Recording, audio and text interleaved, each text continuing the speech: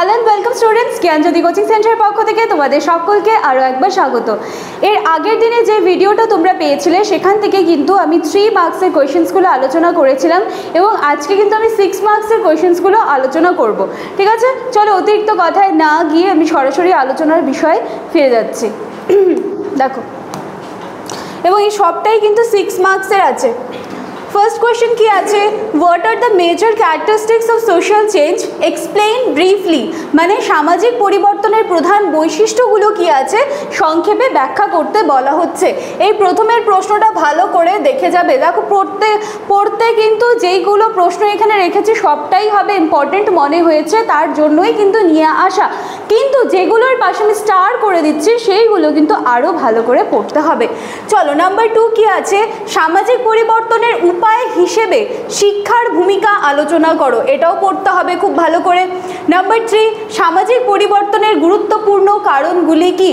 Number 4, globalization কি এবং এর শিক্ষা ব্যবস্থার উপর প্রভাব ব্যাখ্যা করো, খুব ভালো করে পড়বে এটা। নাম্বার 5 কি আছে, প্রাইভেটাইজেশন কি, এর অর্থ ও শিক্ষার ক্ষেত্রে গুরুত্ব লেখো। দেখো, গ্লোবালাইজেশন এবং প্রাইভেটাইজেশন এই দুটো কিন্তু একটাও স্কিপ করা যাবে না, দুটোই কিন্তু খুব ভালো করে পড়তে হবে। নাম্বার 6 কি আছে, তুমি সামাজিক স্তর বিন্যাস বলতে কি বোঝো, বাট তুমিটা যদি আমি সরিয়ে দিই তাহলে কি হবে, সামাজিক স্তর বিন্যাস বলতে কি বোঝো এর বৈশিষ্ট্য। এই সামাজিক স্তর বিন্যাস বা সোশ্যাল স্ট্র্যাটিফিকেশন এটা কিন্তু খুব ভালো করে পড়বে, আমি স্টার করে দিয়েছি। শিক্ষা ও সামাজিক স্তর বিন্যাসের মধ্যে সম্পর্ক ব্যাখ্যা করো। নাম্বার 8, সামাজিক গতিশীলতা বলতে কি বোঝো, মানে সোশ্যাল মোবিলিটি যেটা আছে এবং এর প্রকারভেদ উল্লেখ করো। নাম্বার 9 কি আছে, সামাজিক গতিশীলতা বৃদ্ধিতে শিক্ষার ভূমিকা কি। নাম্বার 10, ভারতের শিক্ষা ব্যবস্থার উপর গ্লোবালাইজেশন ও প্রাইভেটাইজেশনের প্রভাব আলোচনা করো।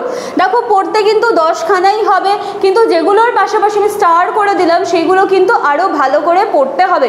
ঠিক আছে, দেখে নাও তোমরা। আচ্ছা, এইবারে চলো, আলোচনার বিষয় আমাদের কমপ্লিট। এবার তোমরা অনেকেই কিন্তু কমেন্টস করছো যে ম্যাম এভাবে ইউনিট ওয়াইজ না দিয়ে পুরোটার সাজেশন দিয়ে দিতে, কিন্তু দেখো ইউনিট ওয়াইজ যদি সাজেশন দিই তাহলে জিনিসগুলো কী হচ্ছে, খুব ভালো করে ফিল্টার হয়ে তোমাদের কাছে পৌঁছচ্ছে। সেই জন্য দেখো, আমি বরাবরই বলি যে শর্টকাট যখনই করতে যাবে তোমার নাম্বারগুলো এক্সামে ওই শর্টকাটের মতোই আসবে।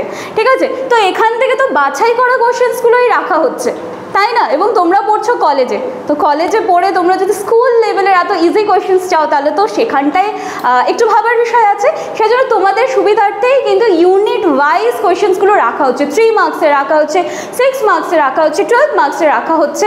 তো সেজন্য একটু ধৈর্য নিয়ে ভিডিওসগুলো দেখো, আশা করছি কাজে আসবে। এবং এর পরে এই সাজেশনের এই যে সিরিজ বলতে পারো, এটা শেষ হয়ে গেলেই তো তোমরা আবার লাস্ট মিনিট সাজেশন পেয়ে যাচ্ছ এবং তখন তোমরা ওভারঅলে পেয়ে যাবে। ঠিক আছে, তো চলো, এই ছিল আজকে আমাদের ক্লাস বা আলোচনার বিষয়। এইবারে চলে আসছি আমরা একদম লাস্টের স্লাইডে। পুরো ভিডিওতে আমাদের সাথে জুড়ে থাকার জন্য আরও একবার থ্যাংক ইউ। তোমরা এখানে দুটো কন্ট্যাক্ট নাম্বার দেখতে পাচ্ছ, নাম্বার দুটি হলো আমাদের জ্ঞানজ্যোতি কোচিং সেন্টারের অফিসিয়াল হেল্পলাইন নাম্বার, যে কোনো একটি নাম্বারে কল করবে, সরাসরি কিন্তু আমাদের সাথে তোমরা যোগাযোগ করে নিতে পারো। চলো, আজকে আলোচনার বিষয় এখানেই শেষ করছি। পড়াশুনো মন দিয়ে করো, দেখা হচ্ছে নেক্সট দিনের ক্লাসে। Thank you.